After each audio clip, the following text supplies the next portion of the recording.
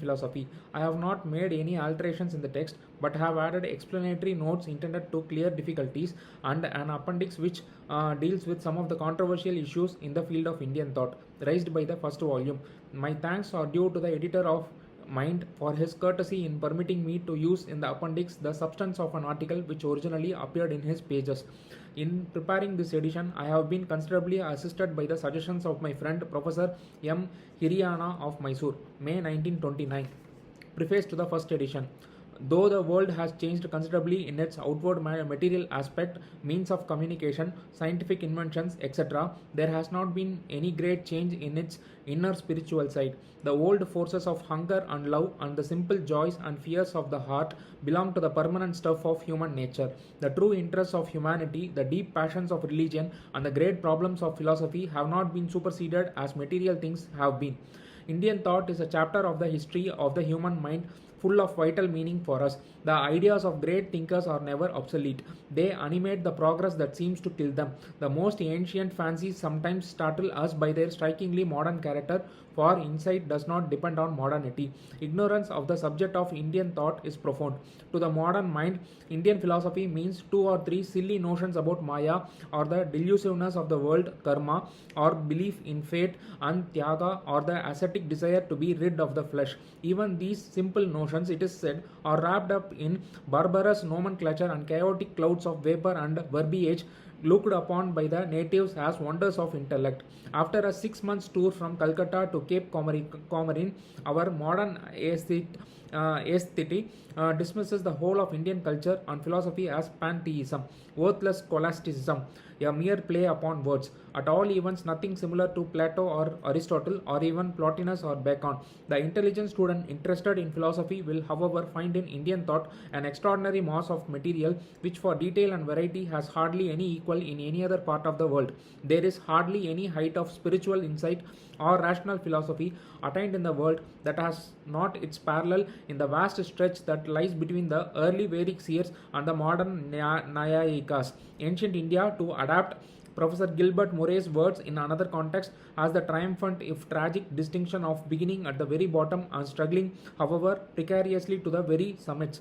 The naive utterances of the Vedic poets, the wondrous suggestiveness of the Upanishads, the marvelous psychological analysis of the Buddhists, and the stupendous system of Samkara are quite as interesting and instructive from the cultural point of view as the systems of Plato and Aristotle or Kant and Hegel, if only we study them in a true scientific frame of mind, without disrespect for the past or contempt for the alien. The special nomenclature of Indian philosophy, which cannot be easily rendered into English, accounts for the apparent strangeness of the intellectual landscape. If the outer difficulties are overcome, we feel the kindred throb of the human heart, which because human is neither Indian or European. Even if Indian thought be not valuable from the cultural point of view, it is yet entitled to consideration, if on no other ground, at least by reason of its contrast to other thought systems and its great influence over the mental life of Asia. In the absence of accurate chronology, it is a misnomer to call anything a history. Nowhere is the difficulty of getting reliable historical evidence so extreme as in the case of Indian thought. The problem of determining the exact dates of early Indian systems is as fascinating as it is insoluble, and it has furnished a field for the wildest hypothesis, a wonderful reconstruction and bold romance. The fragmentary condition of the material from out of which history has to be reconstructed is another obstacle. In these circumstances, I must hesitate to call this work a history of Indian philosophy. In interpreting the doctrines of particular systems, I have tried to keep in close touch with the documents, give wherever possible a preliminary survey of the conditions that brought them into being, and estimate their in-depthness to the past as well as their contribution to the progress of thought. I have emphasized the essentials so as to prevent the meaning of the whole from being obscured by details, and attempted to avoid starting from any theory. Yet I fear I shall be misunderstood. The task of the historian is hard, especially in philosophy. However much he may try to assume the attitude of a mere chronicler and let the history in some fashion unfold its own inner meaning and continuity, furnish its own criticism of errors and partial insights, still the judgments and sympathies of the writer cannot long be hidden. Besides, Indian philosophy offers another difficulty. We have the commentaries which, being older, come nearer in time to the work commented upon. The presumption is that they will be more enlightening about the meaning of the text. But when the commentators differ about their interpretations, one cannot stand silently by without offering some judgment on the conflict of views. Such personal expressions of opinion, however dangerous, can hardly be avoided. Effective exposition means criticism and evaluation, and I do not think it is necessary to abstain from criticism in order that I may give a fair and impartial statement. I can only hope that the subject is treated in a calm and dispassionate way, and that whatever the defects of the book, no attempt is made to wrest facts to suit a preconceived opinion. My aim has been not so much to narrate Indian views so as to explain them, so as to bring them within the focus of Western traditions of thought. The analogies and parallels suggested between the two thought systems are not to be pressed too far, in view of the obvious fact that the philosophical speculations of India were formulated centuries ago and had not behind them the brilliant achievements of modern science.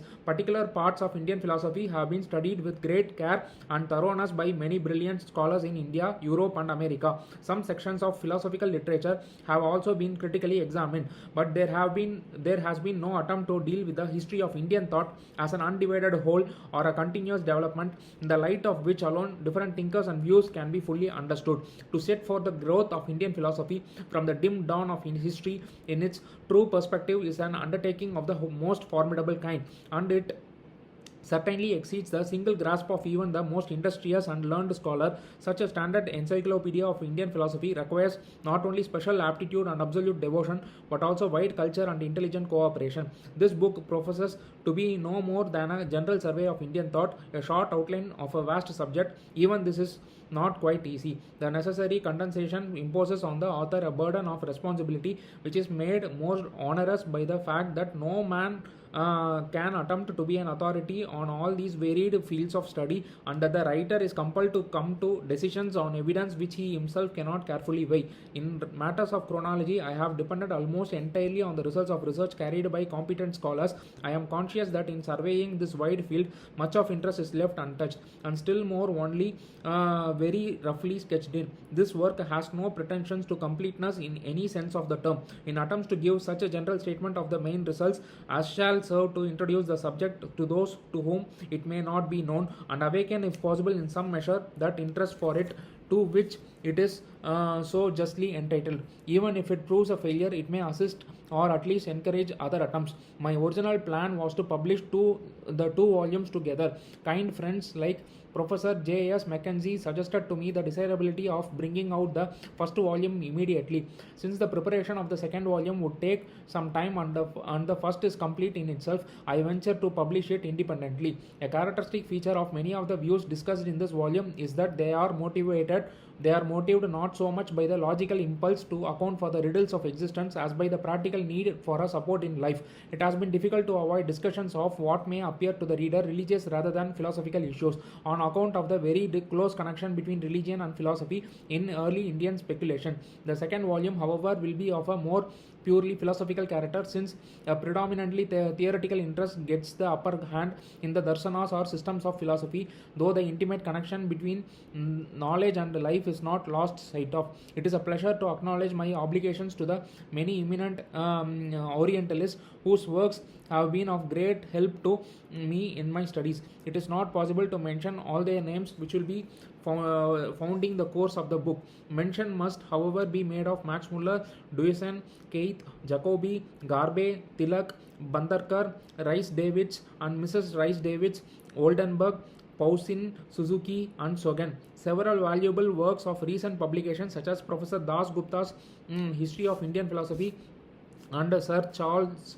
Eliot's Hinduism and Buddhism, came to hand too late for use after the manuscript have been completed and sent to the publishers in December 1921. The bibliography given at the end of each chapter is by no means exhaustive. It is intended mainly for the guidance of the English reader. My thanks are due to Professor J.S. Mackenzie and Mr. V. Subramanya Iyer, who were good enough to read considerable parts of the manuscript and the proofs. The book has profited much by their friendly and suggestive counsel. I am much indebted to Professor A. Berit Dale Keith for reading the proofs and making many valuable comments. My greatest obligation, however, is to the editor of the Library of Philosophy, Professor J.H. Muirhead, for his invaluable and most generous help in the preparation of the book for the press and previously. He undertook the laborious task of reading the book in the manuscript, and his suggestions and criticisms have been of the greatest assistance to me. I am also obliged to Sir Ashutosh Mukherjee, KTCSI, for his constant encouragement and the facilities provided for higher work in the postgraduate department of the Calcutta University, November 1922. Introduction. Sarvepalli Radhakrishnan's Indian Philosophy, first published in 1921 to 1923, is a classic which has inspired generations of scholars and intelligentsia alike in and outside India to know the vast treasures of Indian philosophical thought, based on Sanskrit sources and written elegantly using the diction of his contemporary philosophical style. The two-volume work has continued to educate and inform generations of philosophers in India. It is with great enthusiasm and pleasure that I welcome this new edition. The publication of Volume 1 of Indian Philosophy 1921 in the Muirhead Library of Philosophy series shot the young scholar to international fame. The same year, Sir Ashutosh Mukherjee appointed him to the prized King George V Professorship in Philosophy at the University of Calcutta. The Department of Philosophy in Calcutta had such stalwarts as Hiralal Haldar, K.C. Bhattacharya and S.N. Dasgupta. It created a stir that a young and relatively unknown scholar from the south was placed above them. But soon this young man proved his worth and endeared himself to all by his gentle and courteous manner. A series of publications followed. Also invitations to famous lectureships abroad, all crowned by appointment concurrently with his position in Calcutta to the Spalding Professorship in Eastern Religion and Ethics at the University of Oxford. Indian philosophy followed the footsteps of Madhavacharya's Sarvadarsana Samgraha. Expositions of the six systems were followed by a chapter in Saiva, Sakta, and later Vaishnava theist schools, capped by a brilliantly written concluding chapter. 3 chapters were devoted to the Vedanta, one on the Vedanta Sutras and 2 others on Advaita Vedanta of Sankara and the theism of Ramanuja respectively. Clearly, the author's own preference was the Advaita of Sankara. The entire exposition of the systems was geared towards it as the immanent telos operating through them. As in the case of Madhavacharya's doxography, they all, that is, the other systems, pointed towards their culmination in Advaita Vedanta. In order to appreciate Radhakrishnan's interpretive point of view, it is important to bear in mind the general intellectual and spiritual climate in India. 1921, the year of publication of the Indian Philosophy, was also the year when Mahatma Gandhi launched his first movement of non-cooperation against the British rule. A few years later, Rabindranath Tagore had won the Nobel Prize for Literature. Radhakrishnan had already written a monograph on the philosophy of the Upanishads, to which Tagore wrote the foreword. Indian philosophy was nurtured by both the rising self-consciousness on the part of India as well as contributed to it. Besides being an academic philosopher, Radhakrishnan was drawn into the public philosophical discourse in which he excelled. His writings and speeches inspired the intelligentsia of the country. Philosophically, the dominant ideas during Radhakrishnan's philosophical training in Madras, flowing from the British universities into India, were Hegelian in origin. Hegelianism of various brands obtained in Oxford and then in Calcutta, an idealistic monism for which reality is one and spiritual, manifesting itself in and through the world and history, prevailed. Radhakrishnan was impressed by the close affinity between Hegelian monism and the Advaita, but he was painfully aware of Hegel's misinformed critique of Indian thought as being a product of abstract understanding. Amongst British neo-Hegelians, F.H. Bradley impressed him most, and he saw in Bradley's appearance and reality a close approximation, leaving out Plato and Hegel to Advaita, while he did not fail to note their differences. The University of Calcutta, already full of such neo-Hegelianism, the already mentioned Hiralal Haldar was the author of the first exposition and critique of neo-Hegelianism, was a fertile ground already ready for Radhakrishnan's ideas. In this climate, Radhakrishnan's interpretation of Indian thought was characterized by several underlying beliefs. First, he believed in the development of philosophy in India following a logical sequence, never at rest but always on the move. So even in the 20th century, after thousands of years of movement, it is still not complete, there is room for further development. The beauty of philosophy is in the process. In this, he opposes the conservatives who look upon the darsanas as providing complete systems, each by itself and in totality as well, to which nothing can be added and from which nothing can be taken out. But Radhakrishnan also opposes the liberalism which looks upon the ancient modes of thinking as errors to be replaced by ideas from the West. His great admiration for the Indian tradition is matched by his recognition that Indian philosophy has to learn from and profit by lessons from the West. Furthermore, the history of philosophy in India has been a story not only of progress but also of decline. The most important thing is the future. We need to build upon the achievements of our ancestors. Perhaps the most characteristic feature of Radhakrishnan's interpretation is the emphasis on the movement of thought from logical reasoning to spiritual intuition. Logical reasoning marks the progress from consciousness to self-consciousness, but self-consciousness is to be transcended by intuition, which he sometimes calls super-consciousness. The contrast between reason and intuition pervades all his writings and has influenced generations of philosophers in India, but has also been a point of criticism by the younger hard-headed thinkers. There is no doubt that here too he was influenced by Hegel, whose phenomenology of spirit 1807 takes us through the stages in the development of spirit, of consciousness, self-consciousness, reason and spirit. Thus, in the Radhakrishnan's view, philosophy has to leave us at a point where religion based not on fact but on religious experience takes over. The idea of this higher experience was popularized by him. Modern, rather postmodern critics have wondered if this is truly Indian based on Sanskrit sources. Radhakrishnan is a supreme example of Indian modernity. In the age of postmodernism, his thinking has come under attack by the analytic philosophers, by grammarians, by Navya Nayayikas, as well as by a lot of other postmodern thinkers, but none of these critics have risen to the height of nobility and grandeur in writing and in speech which he achieved, which influenced and inspired generations of his countrymen, and which in this self-contradictory age of globalization and fragmentation we may need to revisit. J.N. Mohanty. Abbreviations: A.V. Atharva Veda, B.G. Bhagavad Gita, E.R.E. Encyclopedia of Religion and Ethics, I.A. Indian Antiquary, JAOS Journal of the American Oriental Society, JRAS Journal of the Royal Asiatic Society, Milinda Questions of King Milinda, NS Nyaya Sutras, OST Original Sanskrit Text, P. Panchastikaya Samayasara, PM Purva Mimamsa Sutras, RB Ramanuja's Bhashya on the Vedanta Sutras, RBG Ramanuja's Bhashya on the Bhagavad Gita, RV Rigveda, SB Samkara's Bhashya on the Vedanta Sutras, SBE Sacred Books of the East, SBG Samkara's Bhashya on the Bhagavad Gita, SBH Sacred Books of the Hindus, SDS Sarvadarsana Samgraha, SK Samkhya Karika, SKT Sanskrit, SS Six Systems of Indian Philosophy by Max Muller, S Sutras Samkhya Sutras, S 4S Sarva Siddhanta Sara Samgraha, UP Upanishads, UTS Umaswadi's Tattvartha Sutras, VS Vedanta Sutras, WBT Varan Buddhism in translations, YS Yoga Sutras. Chapter 1 Introduction. The natural situation of India. For thinking minds to blossom, for arts and sciences to flourish, the first condition necessary is a settled society providing security and leisure. A rich culture is impossible with a community of nomads where people struggle for life and die of privation. Fate called India to a spot where nature was free with her gifts and every prospect was pleasing. The Himalayas, with their immense range and elevation on one side and the sea on the others, helped to keep India free from invasion for a long time.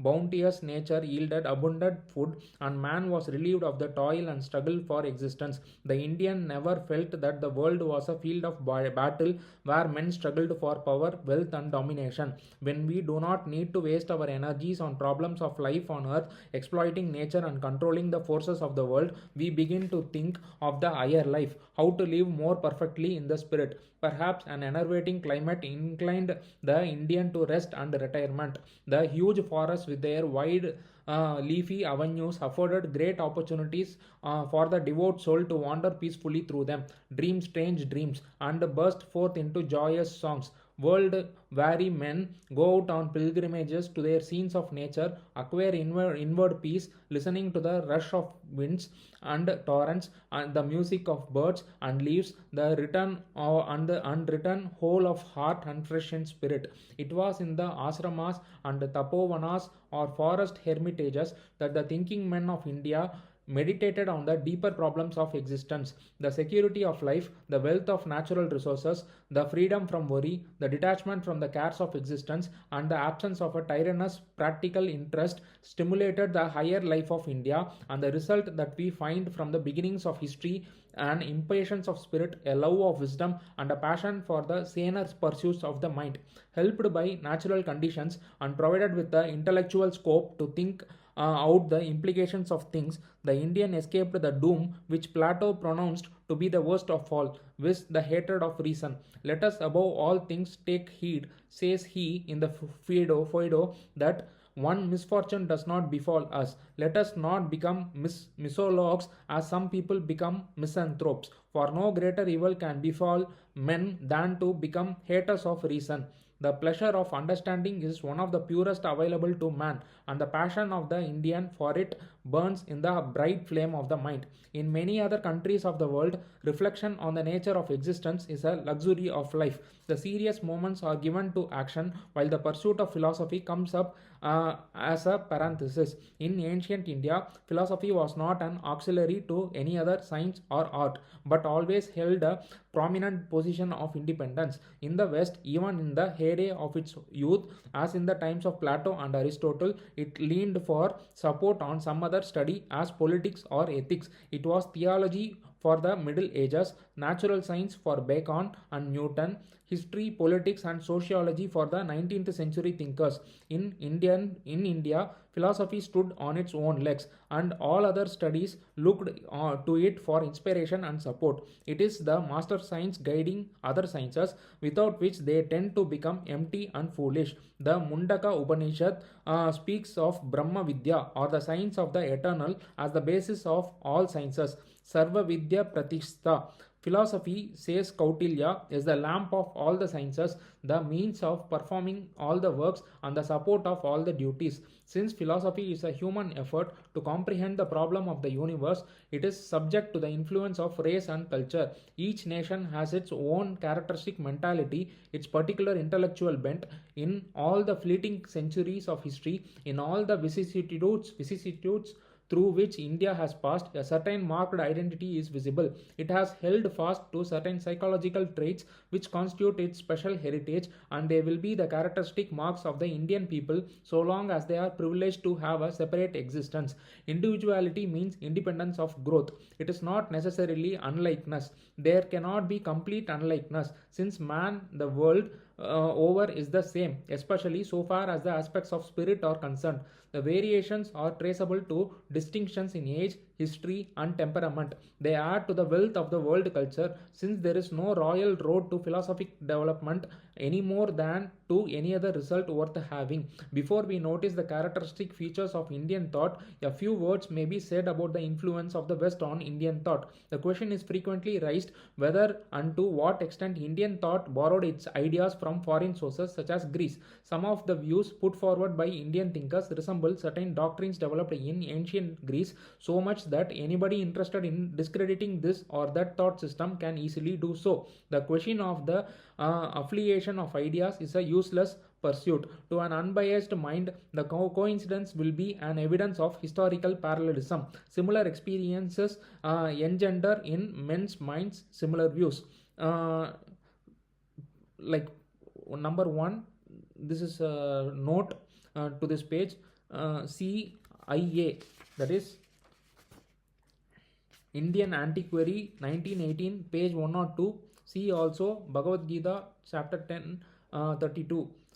Since number 2, Sir William Jones wrote, this number 2 note comes near some of the views put forward by Indian thinkers resemble certain doctrines developed in ancient Greece, so much so that anybody interested in discrediting this or that thought system can easily do so. Number 2. So this reference is given to Sir William Jones, who wrote Of the philosophical schools, it will be sufficient here to remark that the first Nyaya seems analogous to the peripatetic, the second, sometimes called Vaisesika, to the Ionic, the two Mimamsas, of which the second is often distinguished by the name of Vedanta, to the Platonic, the first Samkhya to the Italic, and the second of Patanjali to the Stoic philosophy, so that Gautama corresponds with Aristotle, Kannada with Thales, Jaimini with Socrates, Vyasa with Plato, Kapila with Pythagoras, and Patanjali with Zeno. Works number 1, 360 to 361. See also Colebrook, Miscellaneous Essays, 1 436 ff. While the opinion that Greek thought has been influenced by the Indian is frequently held, it is not so often urged that Indian thought owes much to Greek speculation. See Garbe, Philosophy of Ancient India, chapter 2. Next, page number 4. There is no material evidence to prove any direct borrowings at any rate by India from the West. Our account of Indian thought will show that it is an independent venture of the human mind. Philosophical problems are discussed without any influence from or relation to the West. In spite of occasional intercourse with the West, India had the freedom to develop its own ideal life, philosophy, and religion. Whatever be the truth about the original home of the Aryans who came down to the peninsula, they soon lost touch with their kindred in the West or the North and developed on lines of their own. It is true that India was again and again invaded by armies pouring into it through the northwestern passes, but none of them, with the exception of Alexander's, did anything to promote spiritual intercourse between the two worlds. Only laterly, when the gateway of the seas was opened, a more intimate intercourse has been fostered, the results of which we cannot forecast, since they are yet in the making. For all practical purposes, then, we may look upon Indian thought as a closed system or an autonomous growth. Number 2, general characteristics of Indian thought. Philosophy in India is essentially spiritual. It is the intense spirituality of India and not any great political structure or social organization that it has developed that has enabled it to resist the ravages of time and the accidents of history. External invasions and internal dissensions came very near crushing its civilization many times in its history. The Greek and the Scythian, the Persian and the Mughal, the French and the English have by turn attempted to suppress it, and yet it has its head held high. India has not been fully subdued, and its old flame of spirit is still burning. Throughout its life, it has been living with one purpose.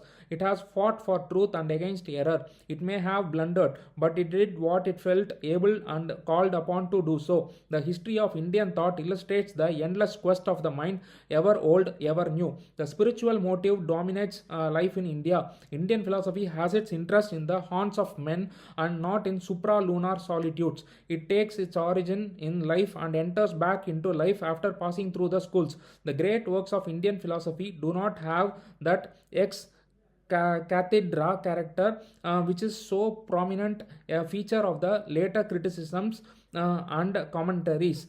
The Gita and the Upanishads are not remote from popular belief. They are the great literature of the country and at the same time vehicles of the great systems of thought. The Puranas contain the truth dressed up in myths and stories to suit the weak understanding of the majority. The hard task of interesting the multitude in metaphysics is achieved in India. The founders of philosophy strive for socio-spiritual reformation of the country. When the Indian civilization is called a Brahmanical one, it only means that its main character and dominating motives are shaped by its philosophical thinkers and religious minds, though these are not all of Brahmin birth. The idea of Plato that philosophers must be the rulers and directors of society is practiced in India. The ultimate truths are truths of spirit, and in the light of them actual life has to be refined. Religion in India is not dogmatic. It is a rational synthesis which goes on gathering into itself new conceptions as philosophy progresses. It is experimental and provisional in its nature, attempting to keep pace with the process of thought. The common criticism that Indian thought by its emphasis on intellect puts philosophy in the place of religion brings out the rational character of religion in India. No religious movement has ever come into existence without developing as its support a philosophical content. Mr. Havel observes, in India, religion is hardly a dogma but a working hypothesis of human conduct adapted to different stages of spiritual development and different conditions of life.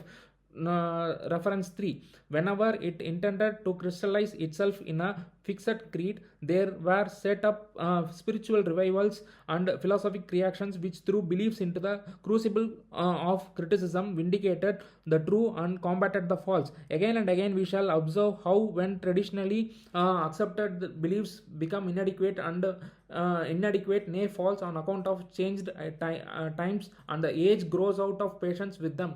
The insight of a new teacher, a Buddha or a Mahavira, a Vyasa or a Samkara supervenes, stirring the depths of spiritual life.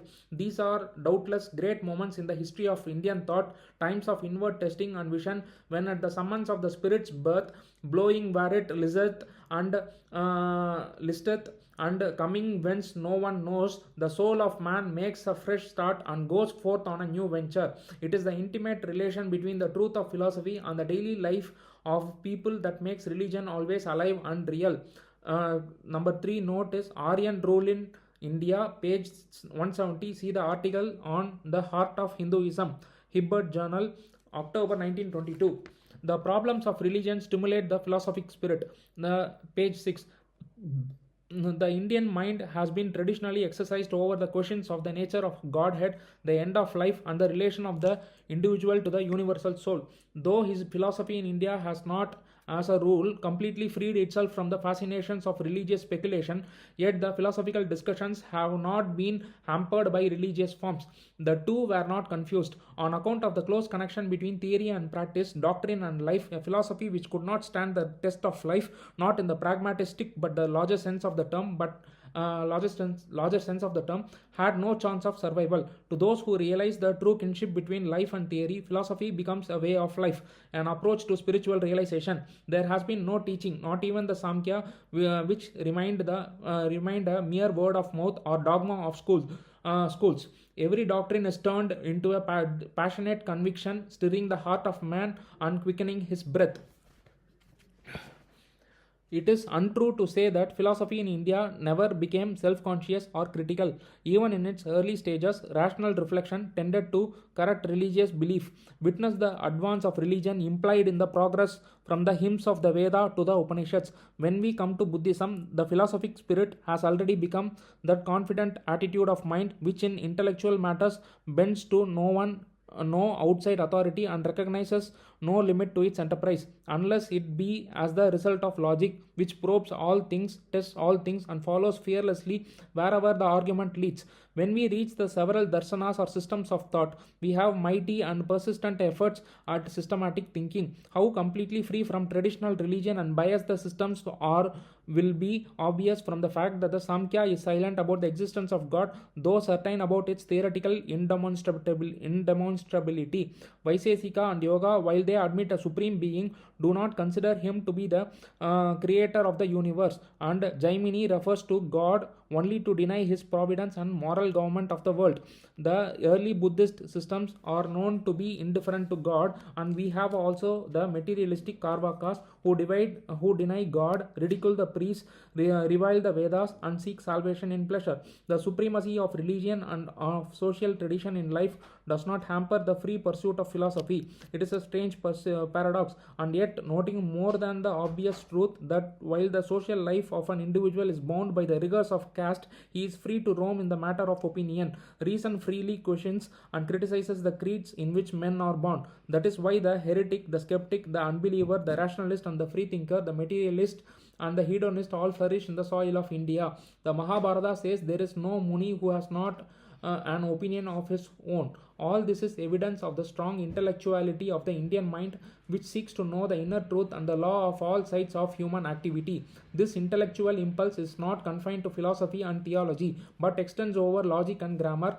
rhetoric and language, medicine and astronomy, in fact all arts and sciences, from architecture to zoology. Everything useful to life or interesting to mind becomes an object of inquiry and criticism. It will give an idea of all comprehensive character of intellectual intellectual life. To know that even such minutiae as the breeding of horses and the training of elephants had their own shastras and literature. The philosophic attempt to determine the nature of reality may start either with the thinking self or the objects of thought. In India, the interest of philosophy is in the self of man, where the vision is turned outward. The rush of fleeting events engages the mind. In India, Atmanam Vidhi, know the self, sums up the law and the prophets. Within man is the spirit that is the center of everything. Psychology and ethics are the basal sciences. The life of mind is depicted in all its mobile variety and subtle play of light and shade. Indian psychology realized the value of concentration and looked upon it as the means for the perception of the truth. It believed that there were no ranges of life or mind which could not be reached by a methodical training of will and knowledge. It recognized the close connection of mind and body. The psychic experiences such as telepathy and clairvoyance were considered to be neither abnormal nor miraculous. They are not the products of diseased minds or inspiration from the gods, but powers which the human mind can exhibit under carefully ascertained conditions. The mind of man has the three aspects of the subconscious, the conscious and the superconscious, and the abnormal psychic phenomena, called by the different names of ecstasy, genius, inspiration, madness, or the workings of the superconscious mind. The yoga system of philosophy deals specifically with these experiences, though the other systems refers to them and utilize them for their purposes. The metaphysical schemes are based on the data of the psychological science. The criticism that Western metaphysics is one-sided, since its attention is confined to the waking state alone, is not without its force. There are other states of consciousness as much entitled to consideration as the waking. Indian thought takes into account the modes of waking, dreaming, and dreamless sleep. If we look upon the waking consciousness as a whole, then we get realistic, dualistic, pluralistic conceptions of metaphysics. Dream consciousness, when exclusively studied, leads us to subjectivist doctrines. The state of dreamless sleep inclines us to abstract and mystical theories. The whole truth must take all the modes of consciousness into account.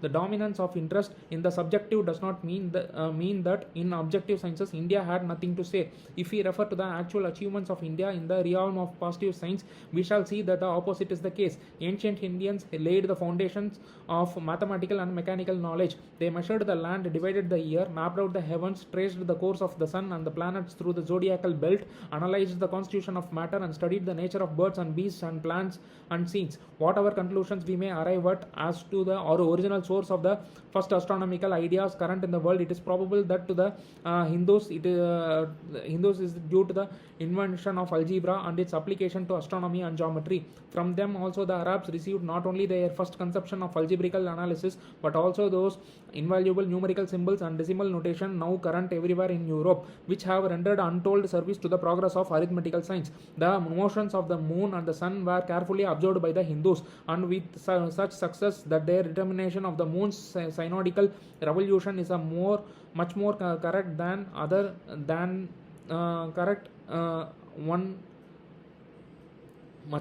one than the Greeks ever achieved. They had a division of the ecliptic into 27 and 28 parts, suggested evidently by the moon's period in days and seemingly their own. They were particularly conversant with the most splendid of the primary planets, the period of Jupiter being introduced by them, in conjunction with those of the sun and the moon, into the regulation of their calendar in the form of the cycle of 60 years, common to them and the Chaldeans. Note number 4. We may quote a passage which is certainly not less than 2000 years before the birth of Copernicus from the Aitreya Brahmana. The sun never sets nor rises. When people think to themselves the sun is setting, he only changes about after reaching the end of the day, and makes night below and day to what is on the other side. Then when people think he rises in the morning, he only shifts himself about after reaching the end of the night, and makes day below and night to what is on the other side. In fact, he never does set at all. Hawke's edition, chapter 344, Chan, Upanishad 3, 11, 1 to 3. Even if this be folklore, it is interesting. Number 5, Monier Williams, Indian Wisdom, page 184. The 4 and 4th reference comes where they measured the land, divided the year, mapped out the heavens, traced the course of man, course of the sun and the planets through the zodiacal belt, analyzed the constitution of matter, and studied the nature of birds and beasts and plants and seeds. So there the chapter number fourth note comes, and from the fifth note comes near. From them also the Arabs received not only their first conception of algebraic analysis but also those invaluable numerical symbols and decimal notation now current everywhere in Europe, which have rendered untold service to the progress of arithmetical science. So next, they were particularly conversant with the most splendid of the primary planets, the period of Jupiter being introduced by them in conjunction with those of the sun and the moon into the regulation of the air calendar in the form of cycle of 60 years common to them and the Chaldeans. Here, note number 6, Colebrooke's translation of Bhaskara's work of algebra, chapter 22. It is now admitted that the Hindus at a very early time conceived and developed the two sciences of logic and grammar. Note number 7. See Max Muller's Sanskrit literature. Wilson writes, in medicine as in astronomy and metaphysics, the Hindus once kept pace with the most enlightened nations of the world, and they attained as thorough a proficiency in medicine and surgery as any people whose acquisitions are recorded, and as indeed was practicable before anatomy was made known to us by the discoveries of modern enquirers. Note number 8, Works, Volume 3, page 269. It is true that they did not invent any great mechanical appliances. For this a kind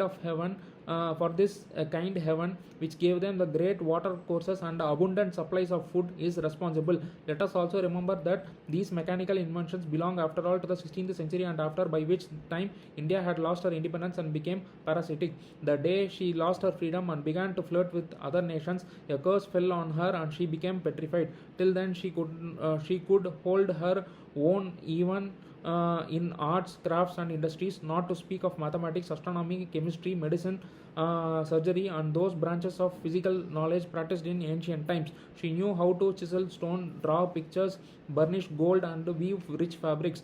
She developed all arts fine and industrial which furnished the conditions of civilized existence. Her ships crossed the oceans and her wealth brimmed over to Judea, Egypt and Rome. Her conceptions of man and society, morals and religion were remarkable for the time. We cannot reasonably say that the Indian people revelled in poetry and mythology and spurned science and philosophy, though it is true that they were more intent on seeking the unity of things than emphasizing their sharpness and separation. The speculative mind is more synthetic while the scientific one is more analytic.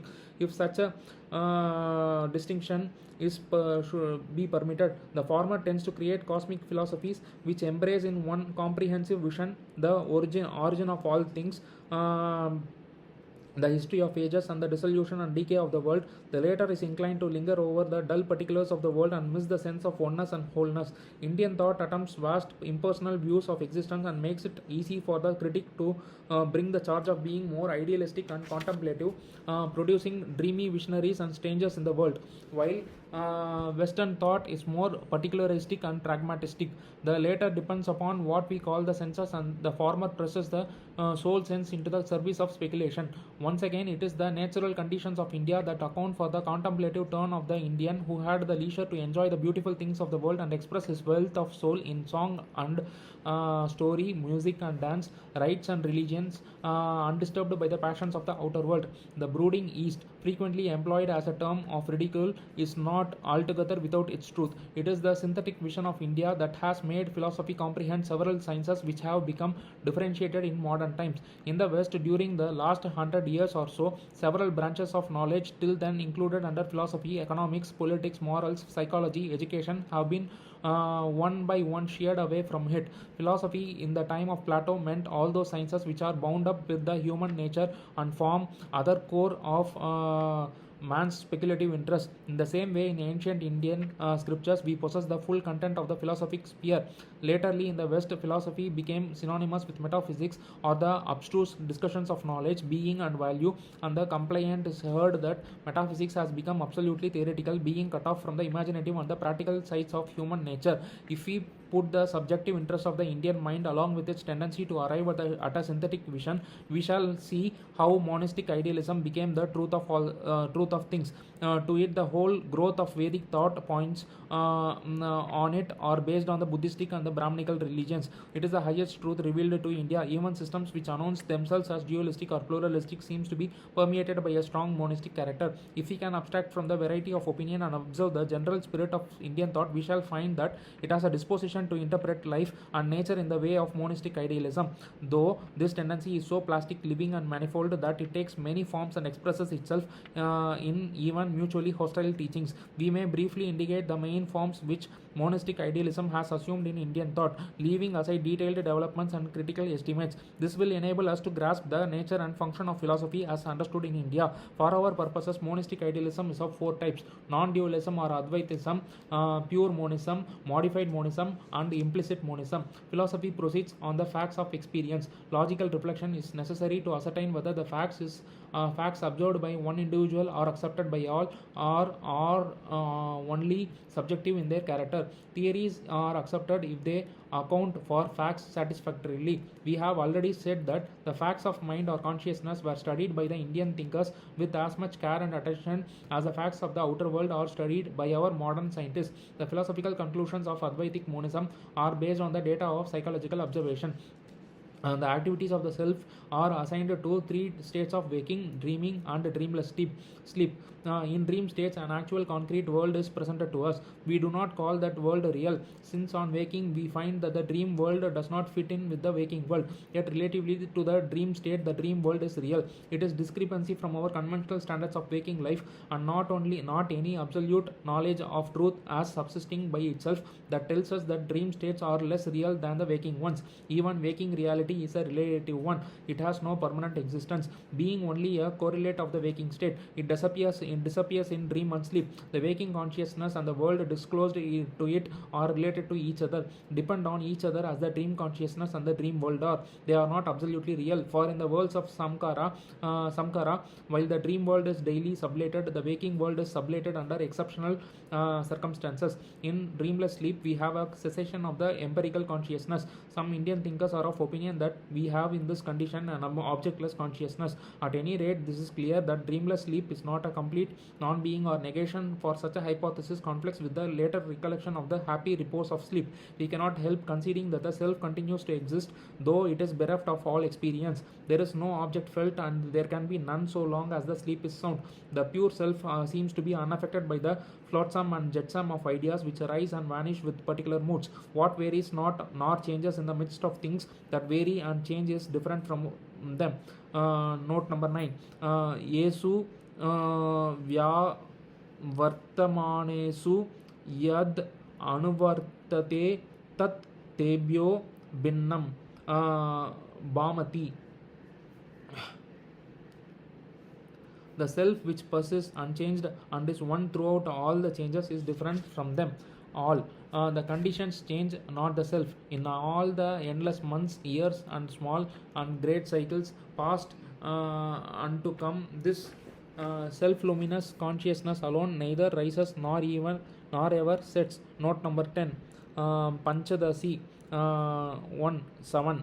An unconditional reality where time and space along with all their objects vanish is felt to be real. It is the self which is the unaffected spectator of the whole drama of ideas related to the changing moods of waking, dreaming, and sleeping. We are convinced that there is something in us beyond joy and misery, virtue and vice, good and bad. The self never dies, is never born, unborn, eternal, everlasting. This ancient one can never be destroyed with the destruction of the body. If the slayer thinks he can slay, or if the slain thinks he is slain, they both do not know the truth, for the self neither slays nor is slain. Note number 11. Katha Upanishad, chapter 2, page number 18-19. Bhagavad Gita, chapter 2, 19-20. In addition to the ever identical self, we have also the empirical variety of objects. The former is permanent, immutable, and the later impermanent and ever changing. The former is absolute, being independent of all objects. The later changes with moods. How are we to account for the world? The empirical variety is there bound in space, time, and cause. If the self is the one, the universal and the immutable, we find in the world a mass of particulars with opposed characters. We can only call it non-self, the object of a subject. In no case is it real. The principal categories of the world of experience, time, space, and cause are self-contradictory. They are relative terms depending on their constituents. They have no real existence, yet they are not non-existent. The world is there, and we work in it through it. We do not and cannot know the why of this world. It is this fact of its inexplicable existence that is signified by the word Maya. It to ask what is the relation between the absolute self and the empirical flux, to ask why and how it happens that there are two, is to assume that everything has a why and a how. To say that the infinite becomes the finite or manifests itself as a finite is on this view utter nonsense. The limited cannot express or manifest the unlimited. The moment the unlimited manifests itself in the limited, it itself becomes limited. To say that the absolute degenerates or lapses into the empirical is to contradict its absoluteness. No lapse can come to a perfect being. No darkness can dwell in a perfect light. We cannot admit that the supreme, which is changeless, becomes limited by changing. To change is to desire or to feel a want, and it shows lack of perfection. The absolute can never become an object of knowledge, for what is known is finite and relative. Our limited mind cannot go beyond the bounds of time, space, and cause, nor can we explain these, since every attempt to explain them assumes them.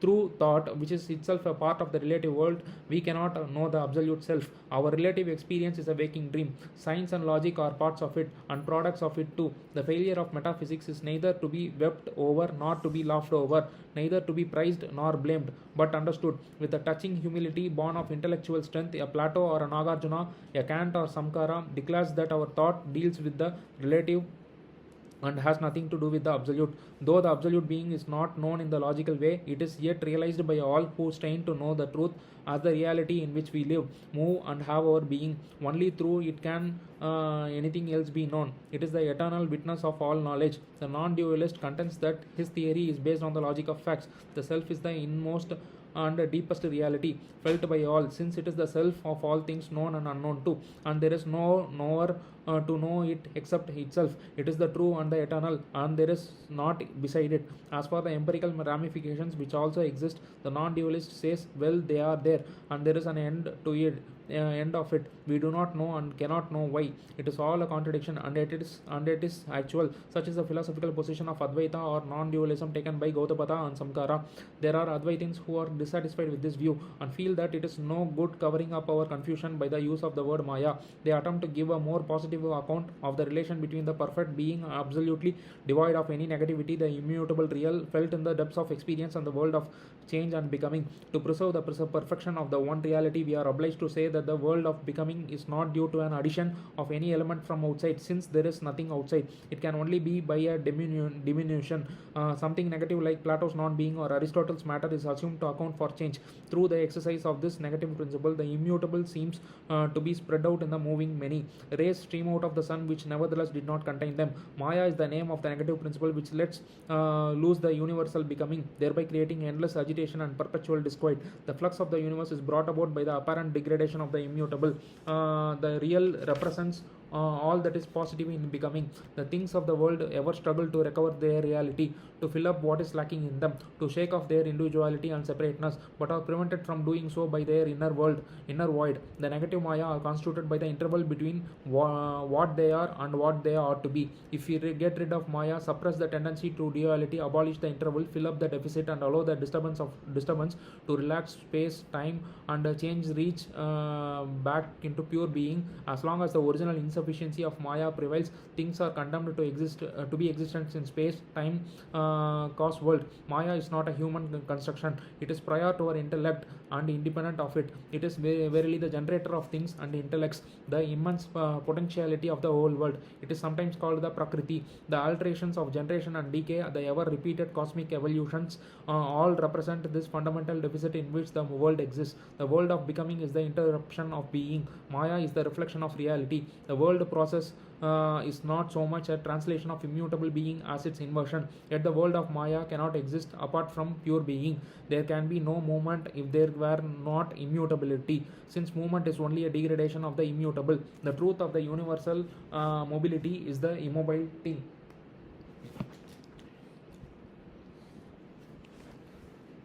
As becoming is a lapse from being, so is avidya or ignorance, a fall from vidya or knowledge. To know the truth, to apprehend reality, we have to get rid of avidya and its intellectual modes, which all crack the moment we try to force reality into them. There is no excuse for indolence of thought. Philosophy as logic on this view persuades us to give up the employment of the intellectual concepts which are relative to our practical needs and the world of becoming. Philosophy tells us that so long as we are bound by intellect and are lost in the world of many, we shall seek in vain to get back into the simplicity of the one. If we ask the reason why there is a vidya or maya bringing about a fall from vidya or from being, the question cannot be answered. Philosophy as logic has here the negative function of exposing the inadequacy of all intellectual categories, pointing out how the objects of the world are relative to the mind that thinks them and possess no independent existence. It cannot tell us anything definite about either the immutable said to exist apart from what is happening in the world,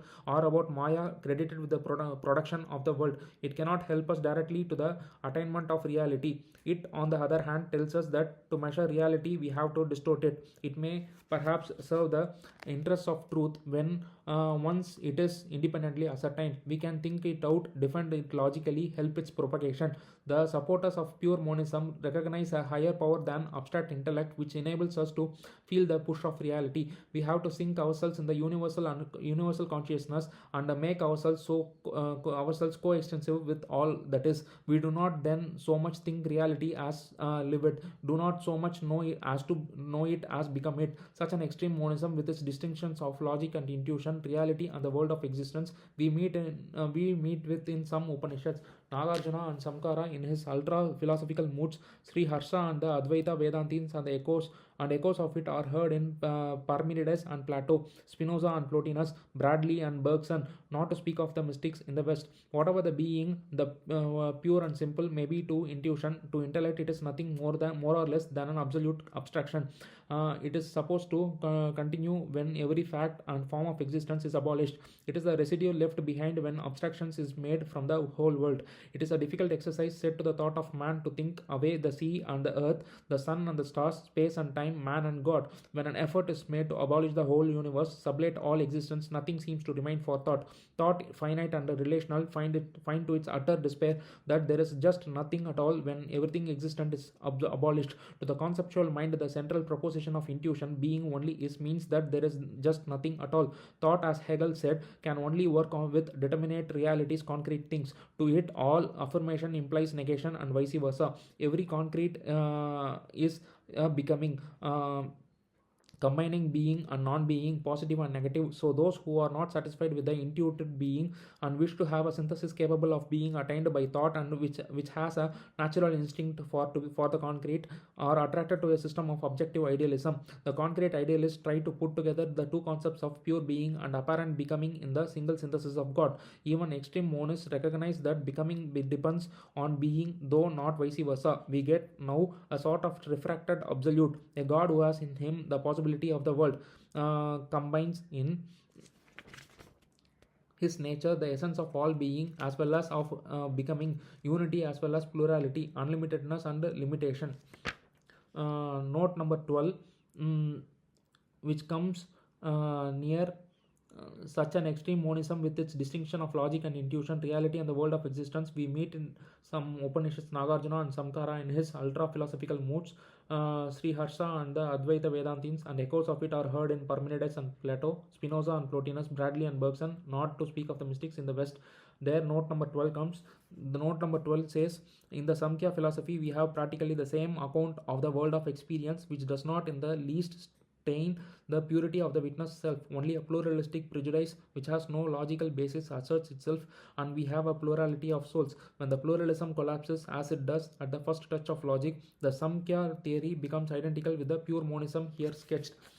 So next, page number 16, continuing, the pure being now becomes the subject, transforming itself into object and taking back the object into itself. position, opposition, and composition, to use Hegelian expressions, go on in an eternal circular process. Hegel rightly perceives that the conditions of a concrete world are a subject and an object. These two opposites are combined in every concrete. The great God himself has in him the two antagonistic characters, where the one is not only through the other but is actually the other. When such a dynamic God eternally bound in the rotating wheel is asserted, all the degrees of existence from the divine perfection to the up to a wild dust are automatically realized. The affirmation of God is the simultaneous affirmation of all degrees of reality between it and nothing. We have now the universe of thought, constructed by thought, answering to thought, and sustained by thought, in which subject and object are absorbed as moments. The relations of space, time, and cause are not subjective forms, but universal principles of thought. If on the view of pure monism we cannot understand the exact relation between identity and difference, we are here on better ground. The world is identity gone into difference. Neither is isolated from the other. God is the inner ground, the basis of identity. The world is the outer manifestation, the externalization of self-consciousness. Such a God, according to the theory of pure monism, is just the lapse from the absolute, with the least conceivable interval separating him from pure being or the absolute. It is the product of avidya, which is separated from vidya by the least conceivable extent. In other words, this concrete God is the highest product of our highest intelligence. The pity is that it is a product after all, and our intelligence, however near it approximates to vidya, is not yet vidya. This God has in him the maximum of being and the minimum of defect, still a defect. The first touch of Maya, the slightest diminution of absolute being, is enough to throw it into space and time. And though this space and this time will be as near as possible as to the absolute unextendedness and eternity, the absolute one is converted into the creator God, existent in some space, moving all things from within without stirring from his place. God is the absolute, objectivized as something somewhere, a spirit that pushes itself into everything. He is being, non-being, Brahman, Maya, subject, object, eternal force, the motionless mover of Aristotle, the absolute spirit of Hegel, the absolute relative Visishta Advaita of Ramanuja, the efficient as well as the final cause of the universe. The world is beginningless and endless, since the energizing of God could not have begun and could never come to an end. It is in its essential nature to be ever at rest, unrest. There is no doubt that this is the highest conception which thought can reach. If we follow to the end the natural movement of our intellect, which tries to unify the things of the world and synthesize opposites, a principle of explanation which is neither pure being nor pure non-being, but something which combines both, is what we get. This concept is constructed by compression of all things into the whole. Philosophy on this view is constructive in character and is therefore positive in its nature and synthetic in its function. Even here, logical understanding playing with abstraction shuts us from the concrete in which alone the abstractions live, move, and have their being. Thought as reason gets over the difficulties of logical understanding. Starting from the world of experience, we go up to the ultimate principle of God, and from the conception of the whole so gained, we descend into details and review the parts. All logical dogmatisms which have confidence in the power of thought end with this conception of the world. The difficulty arises if we doubt the absoluteness of thought. May not our knowledge be relative to the requirements of the mind which unifies and divides? Perhaps for a mind differently shaped, knowledge may be different from what it is. Our present knowledge makes us think that all knowledge will be of this type, but when there are critics who dispute such an assertion, it is difficult to defend the position. Admitting that the conceptual plan of reality revealed to thought is true, still it is sometimes urged that the thought is not identical with reality. By compressing all concepts into one, we do not go beyond concepts. Relation is only a part of the mind that relates. Even an infinitely superior mind is yet a mind and of the same mold as a man's. The theory of modified monism is adopted by some Upanishads and the Bhagavad Gita, some followers of Buddhism and Ramanuja, if not Badrayana. In the West, Aristotle and Hegel stand out as witness to it. According to the first view, perfect being is real, unreal becoming is actual, though we do not know why. According to the second, the world becoming a precipitation apparent of pure being into space and time by the force of diminution or Maya. According to the third, highest product we have is a synthesis of pure being and not being in God. We are immediately under a logical necessity to affirm all intermediate degrees of reality. If pure being is dismissed as a concept useless so far as the world of experience is concerned, we also disregard as illogical the idea of creator God. Then what exists is nothing more than a mere flux of becoming, ever aspiring to be something else than what it is. The main principle of Buddhism results in the world of existence on the hypothesis of modified monism. The specific characters of the degrees of intermediate reality are to be measured by the distance separating them from the integral reality. The common characters of all of them are existence in space and time. Closer attention reveals to us more and more special attributes. Admit the distinction between thinking reals and unthinking objects, and we have the dualistic philosophy of Madhava. Even this is fundamentally a monism, so long as the reals are dependent, paratantra, on God, who alone is independent, swatantra. Emphasize the independence of the thinking beings, and we have pluralism according to Samkhya. If we do not worry about the existence of God, which cannot be demonstrated.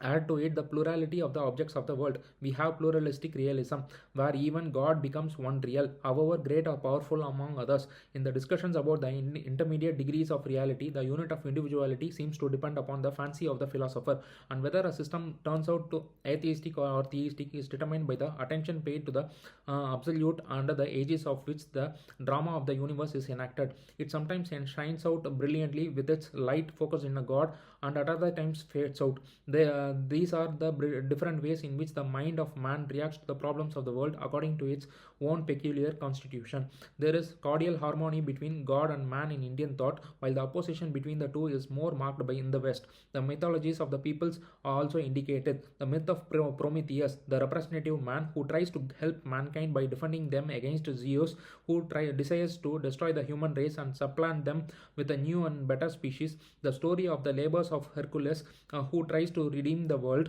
The conception of Christ as the Son of Man indicate that man is the center of attention in the West. It is true that Christ is also called the Son of God, the eldest begotten, who is to be sacrificed before a just God's anger can be appeased. Our point here is that the main tendency of Western culture is an opposition between man and God, where man resists the might of God, steals fire from him in the interest of humanity. In India, man is a product of God. The whole world is due to the sacrifice of God. The Purusha Sukta speaks of such an eternal sacrifice which sustains man and the world. Note number 13. Rig Veda, chapter 10, page number 90. See also Rig Veda, chapter 10, page number 81. 81 and page number 3. Svetasvatara Upanishad, chapter 3. Bhagavad Gita, chapter 11. In it, the continuing page number 19. In it, the whole world is pictured as one single being of incomparable vastness and immensity, animated by one spirit, including within its substance all forms of life. The dominant character of the Indian mind, which has colored all its culture and molded all its thoughts, is the spiritual tendency. Spiritual experience is the foundation of India's rich cultural history. It is mysticism, not in the sense of involving the exercise of any mysterious power, but only as insisting on a discipline of human nature, leading to a realization of the spiritual. While the sacred scriptures of the Hebrews and the Christians are more religious and ethical, those of the Hindus are more spiritual and contemplative. The one fact of life in India is the eternal being of God. It is the ultimate presupposition of all philosophy that nothing real can be self-contradictory. In the history of thought, it takes some time to realize the importance of this presupposition and make a conscious application of it. In the Rig Veda, there is an unconscious acceptance of the validity of ordinary knowledge. When we reach the stage of the Upanishads, dialectical problems emerge and the difficulties of knowledge are felt. In them, we find an attempt made to mark the limits of knowledge and provide room for intuition, but all in a semi-philosophical way. When faith in the power of reason was shaken, skepticism supervened, and materialists and nihilists came upon the scene. Admitting the Upanishad position that the unseen reality cannot be comprehended by the logical intellect, Buddhism enforced the unsubstantiality of the world. To it, contradiction is of the nature of things, and the world of experience is nothing more than a tension of opposites. We cannot know if there is anything more than the actual, and this cannot be real since it is self-contradictory. Such a conclusion was the end of the Buddhistic development. We have in the theory of Nagarjuna philosophically sustained statement of the central position of the Upanishads. There is a real, though we cannot know it, and what we know is not real. For every interpretation of the world is an intelligible system breaks down. All this prepared the way for a self-conscious criticism of reason. Thought itself is self-contradictory or inadequate. Differences arise when the question is put: why exactly it is incapable of grasping reality? Is it because it deals with parts or not the whole, or is it because of its structural incapacity or innate self-contradictoriness? As we have seen, there are those who hold to the rationality of the real with the reservation that reality is not mere reason. So thought is incapable of giving us the whole of reality. That The that exceeds the what in Bradley's words. Thought gives us knowledge of reality, but it is only knowledge and not reality. There are others who feel that the real is self consistent and whatever is thought is self contradictory. Thought works with the opposition of subject and object, and the absolute real is something in which these antitheses are annulled. The most concrete thought, insofar as it tries to combine many in one, is still abstract because it is self contradictory. And if we want to grasp the real, we have to give up thought. On the first hypothesis, what thought reveals is not opposed to reality, but is revelatory of a part of it. Partial views are contradictory only because they are partial. They are true so far as they go, but they are not the whole truth. The second hypothesis tells us that reality can be apprehended by a form of feeling or intuition. Note number 14. 14 C.F. Bradley, who says that we can reach reality through a kind of feeling, and McTaggart, who looks upon love as the most satisfactory way of characterizing the absolute. Continuing the chapter, the first view also insists on supplementing of thought by feeling. If reality is to be attained in its fullness, we seem to require another element in addition to thought, and this is suggested by the term darshana, which is used to describe a system of philosophy, doctrine of Shastra. The term darsana comes from the word dris, to see. This seeing may be either perceptual observation or conceptual knowledge or intuitional experience. It may be inspection of facts, logical inquiry, or insight of soul. Generally, darshanas mean critical expositions, logical surveys, or systems. We do not find the word used in the reference in the early stages of philosophical thought, when philosophy was more intuitional. It shows that darshana is not an intuition, however much it may be allied to it. Perhaps the word is advisedly used to indicate a thought system acquired by intuitive experience and sustained by logical argument. In the systems of extreme monism, philosophy prepares the way for intuitional experience by giving us an idea of the importance of thought. In the systems of moderate monism, where the real is a concrete whole, philosophy succeeds at best in giving an ideal reconstruction of reality. But the real transcends, surrounds, and overflows our miserable categories. In extreme monism, it is intuitional experience that reveals to us the fullness of reality. In concrete monism, it is insight where knowledge is penetrated by feeling and emotional. Conceptual constructions do not possess the certainty of experienced facts. Again, an opinion or logical view becomes truth only if it stands the test of life. Darsana is a word which is conveniently vague, as it stands for a dialectical defense of extreme monism as well as the intuitional truth on which it is based. Philosophically, Darshana is putting the intuition to proof and propagating it logically. Even in other systems, it applies to the logical exposition of the truth that could be had in conceptual terms with or without the aid of any vivifying intuition. Darshana so applies to all views of reality taken by the mind of man, and if reality is one, the different views attempting to reveal the same must agree with each other. They cannot have anything accidental or contingent, but must reflect the different viewpoints obtained of the one real. By a close consideration of the several views our mind gets by snapshotting reality from different points, we rise to the second stage of a full rendering of reality in logical terms. When we realize the inadequacy of a conceptual account of reality, we try to seize the real by intuition, where the intellectual ideas are swallowed up. It is then that we are said to get the pure being of extreme monism, from which we get back to the logical real of thought, which again we begin to spell letter by letter in the different systems themselves. Darsana, as applicable to this last, means any specific account of reality. It is the one word that stands for all the complex inspiration of philosophy by its beautiful vagueness. A darsana is a spiritual perception, a whole view revealed to the soul sense. This soul sight, which is possible only when and where philosophy is lived, is the distinguishing mark of a true philosopher. So the highest triumphs of philosophy are possible only to those who have achieved in themselves a purity of soul. This purity is based upon a profound acceptance of experience, realized only when some point of hidden strength within man, from which he cannot only inspect but comprehend life, is found. From this inner source, the philosopher reveals to us the truth of life, a truth which mere intellect is unable to discover. The vision is produced almost as naturally as a fruit from a flower out of the mysterious center where all experience is reconciled. The seeker after truth must satisfy certain essential conditions before he sets out on his quest. Sankara, in his commentary on the first sutra of the Vedanta Sutras makes out the four conditions that are essential for any student of philosophy. The first condition is a knowledge of the distinction between the eternal and the non-eternal. This does not mean full knowledge, which can come only at the end, but only a metaphysical bend which does not accept at all it sees to be absolutely real. A questioning tendency in the inquirer. He must have the inquiring spirit to probe all things, a burning imagination which could extract a truth from a mass of apparently disconnected data, and a habit of meditation which will not allow his mind to dissipate itself.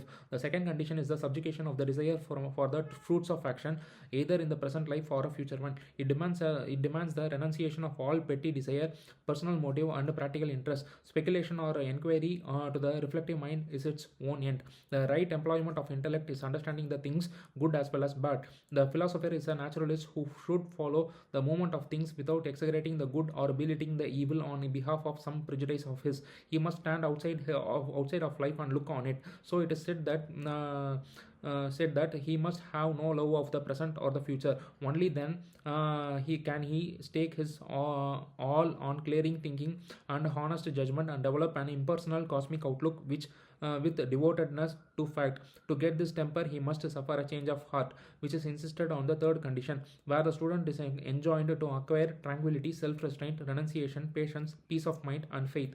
Only a trained mind with which utterly controls the body can inquire, and meditate endlessly so long as life remains, never for a moment losing sight of the object, never for a moment letting it to be obscured by any terrestrial temptation. The seeker after truth must have the necessary courage to lose all for his highest end. So is he required to undergo hard discipline, spurn pleasure, suffer sorrow and contempt. A spiritual discipline which includes pitiless self-examination will enable the seeker to reach his end of freedom. The desire for moksha or release is the fourth condition. The metaphysically minded man who has given up all his desires and trained his mind has only one devouring desire, to achieve the end or reach the eternal. The people of India have such an immense respect for these philosophers who glory in the might of knowledge and the power of intellect that they worship them. The prophetic souls who with a noble passion for truth strive hard to understand the mystery of the world and give utterance to it, spending laborious days and sleepless nights, are philosophers in a vital sense of the term. They comprehend experience on behalf of mankind, and so the later are eternally grateful to them. Reverence for the past is another national trait. There is certain doggedness of temperament, a stubborn loyalty to lose nothing in the long march of the ages. When confronted with the new cultures or sudden extensions of knowledge, the Indian does not yield to the temptations of the hour, but holds fast to his traditional faith, importing as much as possible of the new into the old. This conservative liberalism is the secret of the success of Indian culture and civilization. Of the great civilizations of the world, hoary with age, only the Indian still survives. The magnificence of the Egyptian civilization can be learnt only from the reports of the archaeologists and the readings of the hieroglyphics. The Babylonian Empire, with its marvels of scientific irrigation and engineering skill, is today nothing more than a heap of ruins. The great Roman culture, with its political institutions and ideals of law and equality, is to a large extent a thing of the past. Indian civilization, which even at the lowest estimate is 4,000 years old, still survives in its essential features. Her civilization, dating back to the period of the Vedas, is young and old at the same time. She has been renewing her youth whenever the course of history demanded it. When a change occurs, it is not consciously felt to be a change. It is achieved, and all the time it professes to be only a new name for an old way of thinking. In the Rig Veda, we shall see how the religious consciousness of the Aryan invaders takes note of the conceptions of the people of the soil. In the Atharva Veda, we find that the vaguer cosmic deities are added to the gods of the sky and sun and fire and wind, worshipped by the Aryan peoples from the Ganges to the Hellespont. The Upanishads are regarded as a revival, or rather a realization of something found already in the Vedic hymns. The Bhagavad Gita proposes to sum up the teachings of the Upanishads. We have in the epics the meeting point of the religious conceptions of the highest import with the early nature worship. To respect the spirit of reverence in man for the ancient makes for the success of the new. Note number 15. CF. This claim of a new thing to be old is in varying degrees a common characteristic of great movements. The Reformation professed to be a return to the Bible, the evangelical movement in England a return to the Gospels, the High Church movement, a return to the early church, a large element even in the French Revolution. The greatest of all breaches with the past for its ideal a return to Roman republican virtue or to the simplicity of the natural man. The old spirit is maintained, though not the old forms. This tendency to preserve the type has led to the fashionable remark that India is immobile. The mind of man never stands still, though it admits of no absolute breach with the past. This respect for the past has produced a regular continuity in Indian thought, where the ages are bound each to each by natural piety. The Hindu culture is a product of ages of change wrought by hundreds of generations, of which some are long, stale, and sad, and others short and quick. Others short, quick, and joyous, where each has added something of quality to the great rich tradition which is yet alive, though it bears within it the marks of the dead past. The career of Indian philosophy has been compared to the course of a stream which, tumbling joyfully from its source among the northern mountain tops, rushes through the shadowy valleys and plains, and catching the lesser streams in its imperious current till it sweeps increased to majesty and serene power through the lands and peoples whose fortunes it affects, bearing 1,000 ships on its bosom. Who knows whether and when this mighty stream, which yet flows on with tumult and rejoicing, will pass on into the ocean, the father of all streams. Uh, there are not wanting Indian thinkers who look upon the whole of Indian philosophy as one system of continuous revelation. They believe that each civilization is working out some divine thought which is natural to it. Note number 16. The Greeks call this special quality of each people their nature, and the Indians call it their dharma. There is an imminent teleology which shapes the life of each human race towards some complete development. The several views set forth in India are considered to be the branches of the same tree. The shortcuts and blind alleys are somehow reconciled with the main road of advance to the truth. A familiar way in which the six orthodox systems are reconciled is to say that just as mother just as a mother, in pointing out the moon to the baby, speaks of it as the shining circle at the top of the tree, which is quite intelligible to the child, without mentioning the immense distance separating the earth from the moon, which would have bewildered it, even so are different views given to suit the varying weakness of human understanding. The Prabodha Chandrodaya, a philosophic drama, states that the six systems of Hindu philosophy are not mutually exclusive, but established from various points of view the glory of the same uncreate God. They together form the living focus of the scattered rays that the many faceted humanity reflects from the splendid sun. Madhava's Sarvadarsana Samgraha AD 1380 sketches 16 systems of thought so as to exhibit a gradually ascending series culminating in the Advaita Vedanta or non-dualism. In the spirit of Hegel, he looks upon the history of Indian philosophy as a progressive effort towards a fully articulated conception of the world. The truth is unfolded bit by bit in the successive systems, and complete truth is reflected only when the series of philosophies is completed. In the Advaita Vedanta are the many lights brought to a single focus. Vijnana Bhikshu, the 16th century theologian and thinker, holds that all systems are authoritative. Note number 17. Sarvagama Pramanya, and reconciles them by distinguishing practical from metaphysical truth, and looks upon Samkhya as the final expression of truth.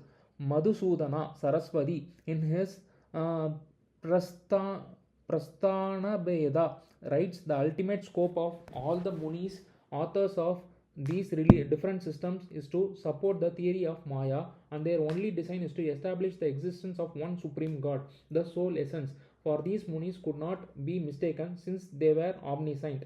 But as they saw that men addicted to the pursuit of external objects could not all at once penetrate into the highest truths, they held out to them a variety of theories in order they might not fall into atheism, misunderstanding the object which the Munis thus had in view, and representing that they even designed to propound doctrines contrary to the Vedas. Men have come to regard the specific doctrines of these several schools with preference, and thus became adherents of a variety of systems.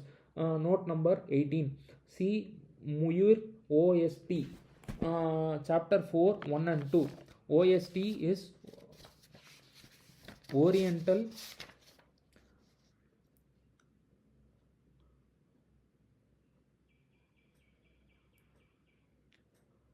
Sanskrit texts, Oriental Sanskrit texts. End of note. This reconciliation of the several systems, note number 19, Sarva Darsana Samarasya, end of note, is attempted by almost all the critics and commentators. The difference is only about what they regard as the truth. Defenders of Nyaya like Udayana look upon Nyaya, and theists like Ramanuja consider theism to be the truth. It is in accordance with the spirit of Indian culture to think that the several currents of thought flowing in its soil will discharge their waters into the one river whose flood shall make for the city of God. From the beginning, the Indian felt that truth was many-sided and different views contained different aspects of truth which no one could fully express. He was therefore tolerant and receptive of other views. He was fearless in accepting even dangerous doctrines so long as they were backed up by logic. He would not allow to die if he could help it one jot or title of the tradition, but would try to accommodate it all. Several cases of such tolerant treatment we shall meet within the course of our study. Of course, there are dangers incident to such a breadth of view. Often it has led the Indian thinkers into misty vagueness, lazy acceptance, and cheap eclecticism. Number 3. Some charges against Indian philosophy. The main charges against Indian philosophy are those of pessimism, dogmatism, indifference to ethics, and unprogressiveness. Almost every critic of Indian philosophy and culture harps on its pessimism. Note number 20. Chailey, in his Administrative Problems, page 67, asserts that Indian philosophy springs from lassitude and a desire for eternal rest. End of note. Almost every critic of Indian philosophy and culture harps on its pessimism. Note number 20, which just was repeated. We cannot, however, understand how the human mind can speculate freely and remodel life when it is filled with weariness and overcome by a feeling of hopelessness. A priori, the scope and freedom of Indian thought are inconsistent with an ultimate pessimism. Indian philosophy is pessimistic if by pessimism is meant a sense of dissatisfaction with what is or exists. In this sense, all philosophy is pessimistic. The suffering of the world provokes the problems of philosophy and religion. Systems of religion which emphasize redemption seek for an escape from life as we live it on earth, but reality in its essence is not evil. In Indian philosophy, the same word Sat indicates both reality and perfection. Truth and goodness, or more accurately, reality and perfection, go together. The real is also the supremely valuable, and this is the basis of all optimism. Professor Bosanquet writes, I believe in optimism, but I add that no optimism is worth its salt that does not go all the way with pessimism and arrive at a point beyond it. This, I am convinced, is the true spirit of life, and if anyone thinks it dangerous and an excuse for unjustifiable acquiescence in evil, I reply that all truth which has any touch of thoroughness has its danger for practice.